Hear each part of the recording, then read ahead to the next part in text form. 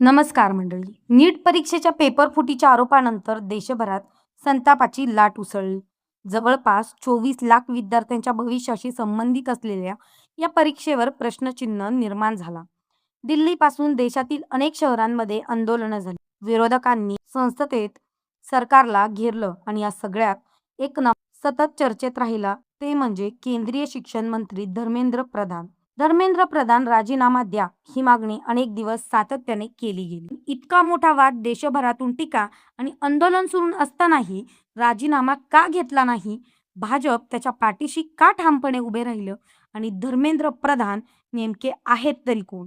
चला संपूर्ण घटनाक्रम समजून घेऊया. धर्मेंद्र प्रधान याचा जन्म ओडिशामध्ये झाला. त्याचे वडील देखील भाजपाचे ज्येष्ठ नेते होते. यामुळे त्यांना राजकारणाचं वातावरण लहानपणापासूनच मिळालं. मात्र त्यांनी केवळ घराण्याच्या बळावर नव्हे, तर विद्यार्थी राजकारणातून स्वतःची वेगळी ओळख निर्माण केली. अखिल भारतीय विद्यार्थी परिषद म्हणजेच ABVP मधून त्यांनी आपले राजकीय प्रवासाची सुरुवात केली. त्यानंतर भारतीय जनता युवा मोर्चामध्ये विविध जबाबदाऱ्या सांभाळल्या आणि हळूहळू राष्ट्रीय नेतृत्वाच्या विश्वासातील नेता म्हणून त्यांची ओळख निर्माण झाली. धर्मेंद्र प्रधान अनेक वेळा राज्यसभा सदस्य राहिले. अनेक केंद्रात त्यांनी पेट्रोलियम आणि नैसर्गिक वायू मंत्री, कौशल्य विकास मंत्री अशा महत्वाच्या मंत्रालयांची जबाबदारी सांभाळली. उज्ज्वला योजनेच्या अंमलबजावणीत त्यांची भूमिका विशेष चर्चेत आली. त्यामुळे संघटना आणि सरकार या दोन्ही स्तरावर त्यांचं महत्त्व वाढत गेले. 2021 मध्ये त्यांच्याकडे शिक्षण मंत्रालयाची जबाबदारी सोपवण्यात आली. नवीन राष्ट्रीय शिक्षण धोरणांच्या अंमलबजावणीपासून ते उच्च शिक्षणातील अनेक सुधारणांपर्यंत त्यांनी विविध निर्णय घेतले. मात्र 2024 मध्ये नीट परीक्षेभोवती निर्माण झालेल्या वादामुळे त्यांच्यावर सर्वात मोठं राजकीय संकट आलं. पेपरफुटी, गुणांमधील अनियमिततेचे आरोप आणि परीक्षेच्या प्रक्रियेवर उपस्थित झालेले प्रश्न यामुळे लाखो विद्यार्थी आणि पालकांमध्ये प्रचंड नाराजी निर्माण झाली. विरोधकांनी संपूर्ण प्रकरणासाठी शिक्षण मंत्रालयाला जबाबदार धरत धर्मेंद्र प्रधान यांच्या राजीनाम्याची मागणी केली. मात्र धर्मेंद्र प्रधान यांनी सातत्याने एक भूमिका मांडली. त्यांनी सांगितलं की दोषींना कोणतेही सूट दिली जाणार नाही.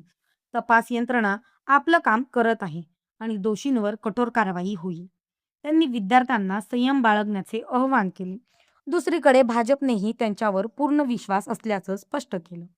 पक्षाचं म्हणणं होतं की परीक्षा घेण्याचं काम राष्ट्रीय परीक्षा संस्था म्हणजे NTA करत असेल, तरी पेपरफुटी मागील गुन्हेगारांवर कारवाई करणं हे तपास यंत्रणांचं काम आहे. तपास पूर्ण होण्याआधी केवळ राजकीय दबावामुळे मंत्र्याचा राजीनामा घेणे योग्य ठरणार नाही, अशी भूमिका सरकारने घेतली. राजकीय विश्लेषकांच्या मते धर्मेंद्र प्रधान हे भाजपाचे राष्ट्रीय नेतृत्वातील विश्वासू चेहरा मानले जातात. ओडिशामध्ये पक्षाचं विस्तार करण्याचं त्यांचं मोठं योगदान असल्याचं सांगितलं जातं. संघटन कौशल्य, निवडणूक व्यवस्थापन आणि केंद्रीय नेतृत्वाशी असलेलं समन्वय त्यामुळे त्यांच्या पक्षातील स्थान मजबूत मानलं जातं. त्याच कारणांमुळे नीट वादाच्या काळातही भाजप नेत्यांना तत्काळ बाजूला करण्याऐवजी तपास पूर्ण होण्याची भूमिका घेतली. अर्थात विरोधक मात्र या भूमिकेवर सातत्याने प्रश्न उपस्थित करत राहिले. या संपूर्ण प्रकरणातून एक गोष्ट स्पष्ट होते. नीट वाद हा केवळ एका परीक्षेचा मुद्दा राहिलेला नाही. तो देशातील शिक्षण संस्था, व्यवस्था, परीक्षा प्रक्रिया, विद्यार्थ्यांचा विश्वास आणि राजकीय जबाबदारी या सर्वच मुद्द्यांशी जोडला गेला आहे.